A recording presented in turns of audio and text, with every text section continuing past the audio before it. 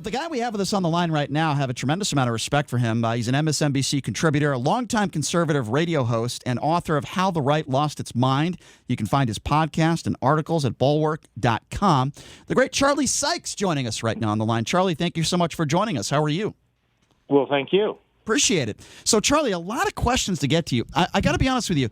I've been talking to a lot of conservatives and a lot of Republicans recently that have decided to do what you have done. They're still conservatives. They're not Democrats, but they will not vote for Donald Trump. Now, somebody like George W. Bush, for example, he's not coming out and saying he's going to vote for Joe Biden, but he's not supporting Donald Trump. So you took it a step further, right? You're not only not voting for Donald Trump, you're voting for Joe Biden. Tell us why. Well, it's pretty reluctant. Look, I mean, if somebody would have suggested I'd be voting for Joe Biden a few years ago, I would have thought that was completely absurd. So I characterize myself. Look, I've been never Trump ever since he came down the golden escalator, and the fact is that I think that we've seen enough in the last 4 years to realize how fundamentally unfit this man is for office. And I wrestle with this because I am a conservative, and I'm going to disagree with Joe Biden on a lot of things. Mm-hmm. Disagree with the Democratic Party on even more things. But I think I finally came to the conclusion that politics is as much about values as it is about policy. And so, if I disagree with you on 8 out of 10 issues, but I think that you're an honest, honorable, decent, empathetic human being, then at least we can do business. Bingo. You said it best. And Charlie, I'm an independent. What you said is the exact reason why I'm voting for Joe Biden, because I believe Joe Biden is a decent man, right? He's a decent human being. And I just, listen, we can go down this road. I just think Trump is just an awful, awful human being. But again, you're a conservative, right? You're a conservative talk show host. You've been around a while. Yeah. Are you getting any flack? Like, have you had any of your conservative friends? I would imagine you are, based on your laughter. I mean, can you give me an example of a conversation you have with maybe somebody prominent that's a Republican or a conservative? Like, how does that conversation go, Charlie? Well, yes. I mean, I've gotten a lot of flack. I mean, I feel like the last 4 years I've been excommunicated. The feeling that your entire tribe has gone one direction and you're left out here on a desert island. Look, the conversations are different. It depends who you're talking with. A lot of the people that I was close with and aligned with in Wisconsin, and you know all their names, I think had a transactional approach to Donald Trump, which is that, okay, we don't disagree with the fact that he's an awful guy, that he's a serial liar and a con man and a narcissist and a man without principle. But if we can get certain things out of him, we will look the other way. So it's kind of a deal. It's the Faustian bargain. In a Faustian bargain, you get a lot of things you like. You get money and beautiful women and all kinds of things like that. But then you find out that the price is more than you expected to pay. Mm-hmm. And I think that that's what's happened to a lot of these guys.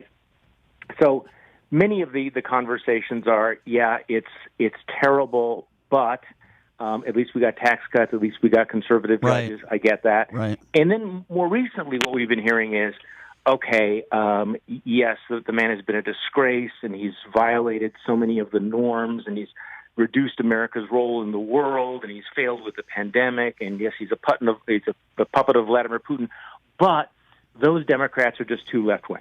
They're too far out. Right. And so there's a rationalization process that goes on. Yeah. If you're just joining us, we're speaking with Charlie Sykes, MSNBC contributor, longtime conservative radio talk show host. He's voting for Joe Biden.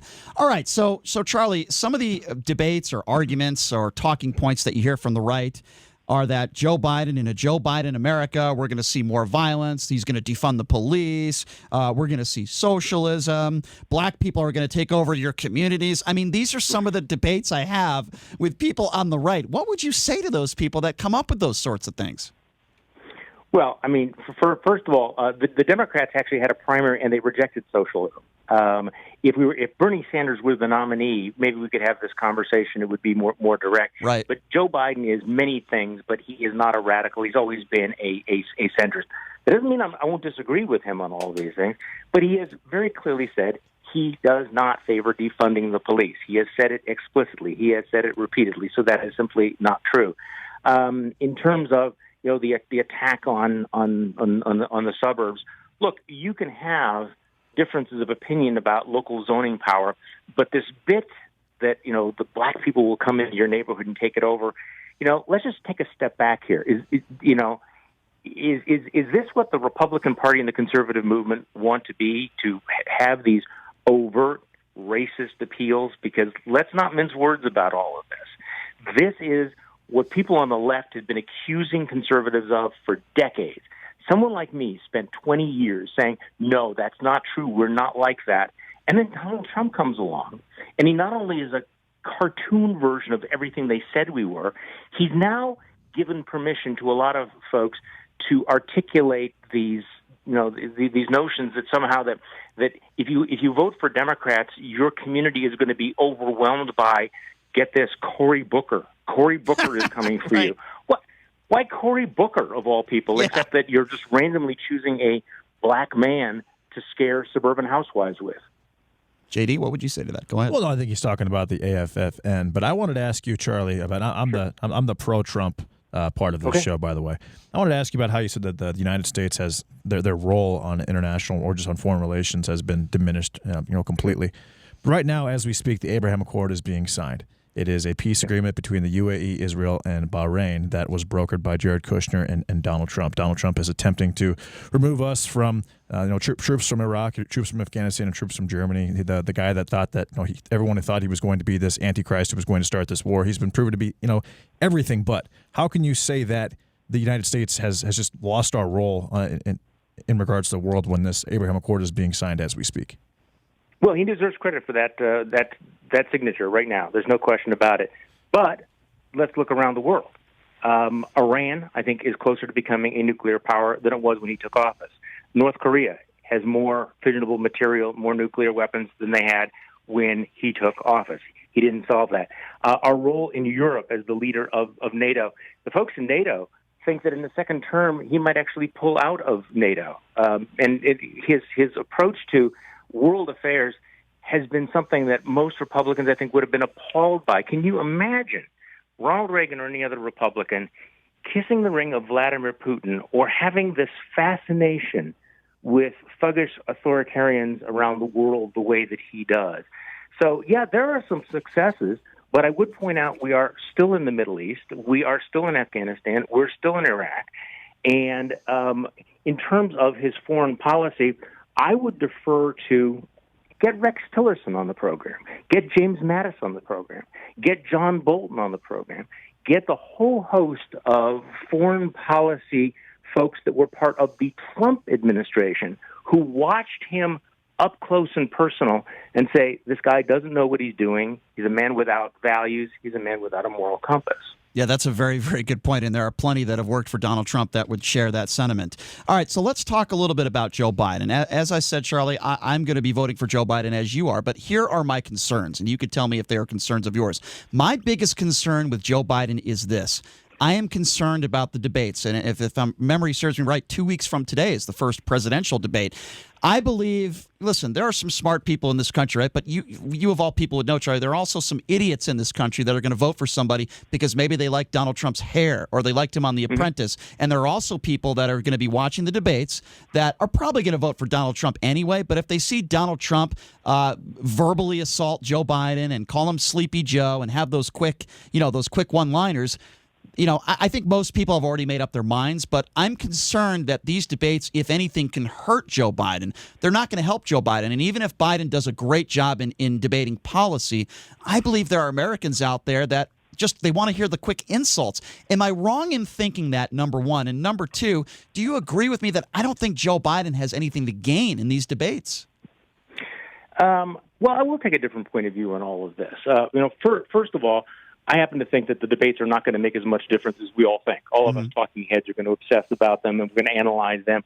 But I've been watching presidential politics for a very, very long time, and debates generally do not change the fundamentals of a race. I think most people are locked in. So first thing is I think it's going to be overhyped, and it's going to not have that much of an effect.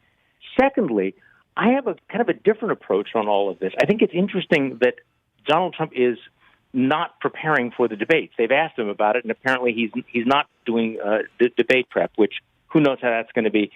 But also, the expectations are so low for Joe Biden. Republicans have spent hundreds of millions of dollars convincing people that he's this drooling, senile dotard, right? Right. All he has to do is come that's, out. that's an interesting perspective. And be coherent and intelligent, and people will go, wait, so this guy isn't completely senile. He looks okay to me, and he will have exceeded the expectations. And I do think that an unhinged Donald Trump who is sort of spewing insults will not necessarily be effective, because that is the look. We know Donald Trump. We've seen Donald Trump. This will be the bad Donald if he comes out that way. Will he look presidential? Will he look like somebody who you want to have in your living room for the next 4 years? Or will people go, oh, man, I'm just exhausted by that. I just can't take any more of that. So you could be right, but I think that the expectations are so low for Joe Biden, in part because of what Trump has done, that it will be easy for him to exceed it. And you're right. The only word that Biden can go is up during these debates by that logic, and that's a pretty interesting point, Charlie. So, Charlie, I wanted to ask you this. One of my biggest criticisms of Barack Obama, and I would imagine you didn't vote for Obama, neither did I, by the way. No. One of my biggest criticisms of Barack Obama was I didn't think he helped this country when it comes to race relations. But you know something? We had Ferguson and we had some protests. Nothing like we've had today. When Black Lives Matter started in the Obama administration, Brian. I understand. So when Donald Trump talks about this stuff, I think he is far worse a divider when it comes to race relations than Barack Obama. You look at the racial divide in this country. You look at Donald Trump's Twitter page. He posts a video last week of a black man pushing a white woman into a subway, something that happened 2 years ago that has nothing to do with Black Lives Matter. Obama would never have done something like that. So when we talk about race relations, and Donald Trump admits that there's systemic racism in an interview with Bob Woodward, but then when doing an interview a few months ago says he doesn't believe there's systemic racism, I think that is one of Donald Trump's biggest non-accomplishments, so to speak. I think he's divided this country. I look at that. I look at the pandemic. Would you agree with that? What do you think about Donald Trump and where we're at racially in this country right now? Oh, I actually do. I actually do agree with that. And that, by the way, that worries me. It worries me going forward. It worries me about the fabric of the country for the next decade, not just for the election cycle. Look, tensions are running very, very high right now. We do have riots. They're not just peaceful demonstrations. There are riots. Right. There's real violence going on in this community, in this country. And the president, as opposed to being a calming influence, as opposed to being a uniter, is pouring kerosene on it. He is trying to exploit it. He is trying to pit Americans against one another. And I'm trying to think the last time that this was done from the White House. There have been demagogues who try to foment racial division for their own benefit in the past, but have they ever been the president? This is one of the reasons why I don't think he's been more successful on the law and order issue. I was one of those that actually thought that might work in his favor, being a Midwesterner here in Wisconsin, just a few miles north of Kenosha. I thought that might be a real vulnerability for the Democrats.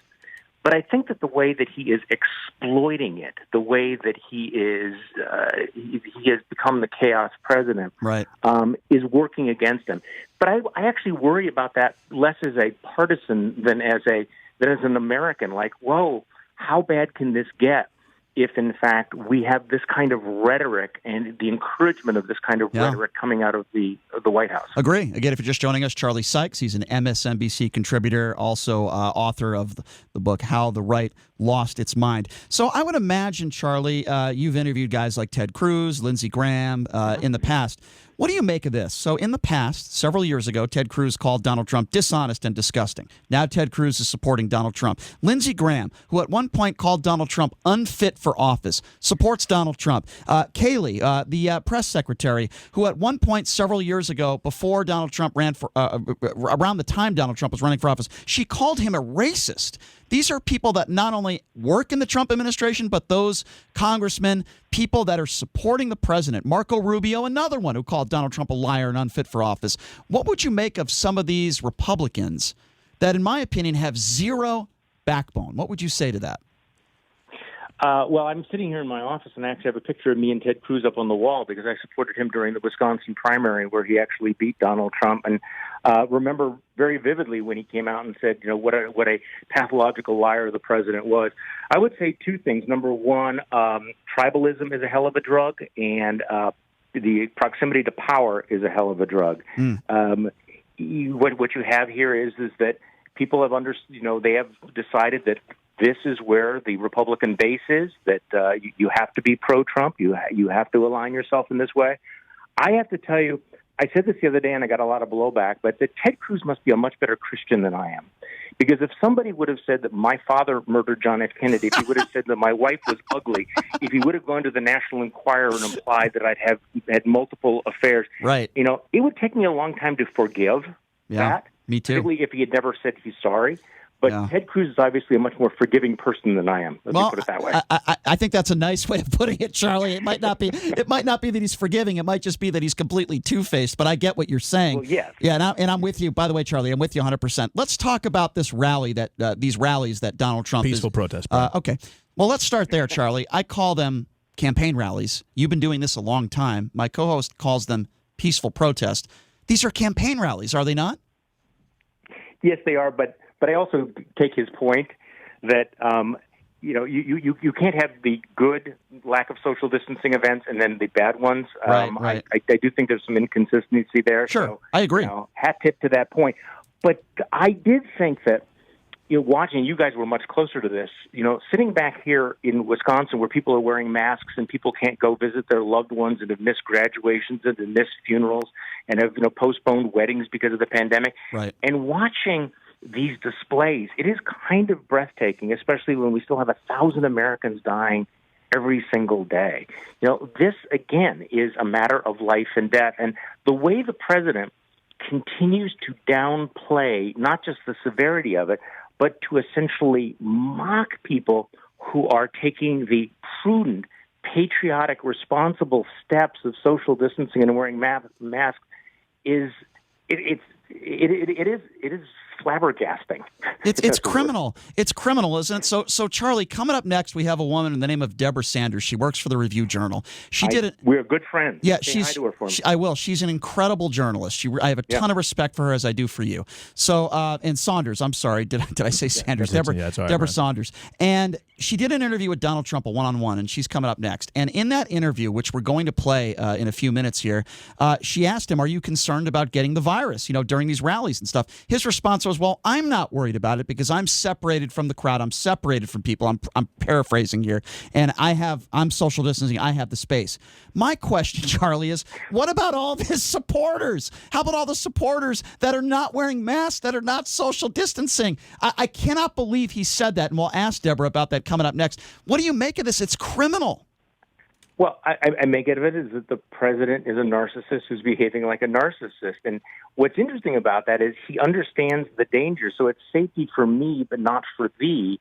He's willing to put his supporters at great risk. He's willing to ask them to do something that he is unwilling to do himself. For a very long time, we've understood that leadership was being able to, not ask your followers or your supporters or your troops not to do something that you have not been willing to do yourself. And here, in rather graphic display, is the president who says, look, I am in this particular bubble, but I'm going to force you into a different environment. Again, a horrible message, horrible leadership, horrible role model. All right, you've been doing this for a long time, Charlie. I want your opinion, and I know it's a little early, or maybe your opinion will change, come November. But where do you see this thing going? Who do you see winning? Is it going to be Trump? Is it going to be Biden? How close is it going to be? Well, having been totally wrong 4 years ago, I want to just make it clear that I didn't get this. So was I. So was I. I mean, there are ways that Trump can win this. There's no question about it. I mean, there are perhaps voters who will come out who didn't vote before, but what I'm struck by is how remarkably stable these polls have been so far. And I think that one of the reasons why it's difficult to sort of get your head around the fact that he's, down by 7 points is because we were so shocked in 2016. So at this point, it is possible that he could win, but I think it is, with every passing day, unlikely, because we're now within 50 days, and every single day that he does not turn this around is a day lost. And right now, yes, he's had a success in the White House with the Middle East. I don't think that changes any votes. But what's dominating the news this week will be the fact that we crossed 200,000 deaths on the coronavirus, Right. the fact that the West Coast is burning, the fact that the economy is not coming back for many, many Americans, and that we are a country that is ripped apart. So if you ask people, are you better off than you were 4 years ago? It's hard to say yes. Agree. If you ask people, do you want 4 more years of this? I think they're not going to say yes either. Yeah, I tend to agree with you. Before we let you go, Charlie, I'd love to give you an opportunity to talk a little bit about your podcast at bulwark.com and, of course, author of How the Right Lost Its Mind. How do people get their hands on that? Well, the book's out in paperback. I tried to update it after the first year, so you can find that on Amazon.com or any of these other places where you'd go online. The Bulwark podcast is every single day. You can find it on our website, bulwark.com, and we do it 5 times a week. Maybe we'll start doing it on the weekend as well. It's about 40 minutes long, and we try to have an interesting conversation every single day. And in fact, I just finished a few minutes ago taping one with Jack Goldsmith, the former assistant U.S. attorney, and Bob Bauer, who used to be a White House counsel. They've come out with a new book about reconstructing the presidency. These are really, really smart guys. So P.J. O'Rourke last week, and we've had a whole range of folks on that. So again, my goal is just to have an interesting conversation about the news of the day, the issues of the day every single day. Yeah, I think that's great, and you're so good at what you do. Well, Charlie, I know you have a huge social media following. You have like 230,000 Twitter followers. So I hope this interview was good enough for a retweet. Am I begging? I would love to. Sure. Great. Well, Charlie, I appreciate you, my man. You're really good at what you do. You do a great job, by the way, on MSNBC, and you're one of the smartest guys around to talk politics with. I appreciate your time, and hopefully we could have you on again sometime. I appreciate you, Charlie. All right, thank you. Anytime. All right. Yeah, thanks a lot, Charlie. There you go. There is a really, really smart guy who breaks down politics, breaks down what's going on in this country from a perspective of a conservative who's been a conservative his whole life, and a very successful conservative at that, with his radio show and his podcast and his books and appearances on MSNBC. But there's a guy who I think is what I would call a reasonable Republican, not because he's willing to call out Donald Trump. He's an old school Republican, Brian. He's not the new school. Donald Trump is considered a Republican, but he's more of a populist. Well, Donald Trump his whole life has been a Democrat, so let's just be honest there. But the reason why I'm praising Charlie Sykes is because I appreciate anybody. You could be a Democrat moving over to vote for a Republican, or you could be a Republican moving over voting for a Democrat. I appreciate anybody that is willing to get backlash, but to stand up for what they believe in. And I think in the times that we are facing right now, there are way too many people that are just on the side of somebody because of an R or a D next to their name. And I think that's wrong. And I think it's the main reason why Republicans and Democrats never get things done in Washington, because they care more about their party than what is good for the country. Charlie Sykes is not that guy. I personally believe that if Donald Trump loses, and I don't know if he's going to lose, but hypothetically speaking, if Joe Biden becomes our next president, it's going to be because of conservatives and middle America, people like Charlie Sykes, who are tired of the rhetoric. They're tired of it. And they're going to vote Joe Biden, not necessarily because they love Joe Biden. You heard it from Charlie. He's not a huge Joe Biden guy. He said it. And it's so important. And I actually want to keep this soundbite because it's the point I make every day. Charlie said it himself. I can disagree on 8 out of 10 things that Joe Biden says that comes out of his mouth. But it doesn't matter to me, because what matters and what's more important to me as a Christian, as a religious man, is what type of person is Joe Biden. And that is exactly the reason why I am supporting Joe Biden. Not because he's a Democrat. Has nothing to do with that. Not because of his policies, although I'll probably disagree with a lot of his policies. You just support him because he's not Donald Trump. That's it. I support him because he's not a horrible human being, and Donald Trump happens to be a horrible human being. And that's I think Charlie agrees with that. I mean, you heard what he just said. But anyway, coming up next, this is going to be interesting, right? Deborah Saunders, who's been on our show before, she's a great journalist with the RJ. She was the only person in the state of Nevada that had a chance to interview Donald Trump over the weekend. She had a one-on-one interview with Donald Trump, and her interview has made national news. So we'll explain why coming up next. What did Donald Trump have to say about these campaign rallies? Is he concerned about contracting the virus? Does he think people should wear masks? These are the type of questions that Deborah Saunders asked Donald Trump. She also, by the way, happens to be the official White House correspondent for the RJ, and she was attending an event earlier today in front of the White House. So we'll ask her a little bit about that. We'll ask her about these campaign rallies. And what was it like to have a little bit of one-on-one time with Donald Trump in this political climate? I can't wait to talk to her. So Deborah Saunders, great journalist for the RJ. She's coming up next right here on the Vegas Take.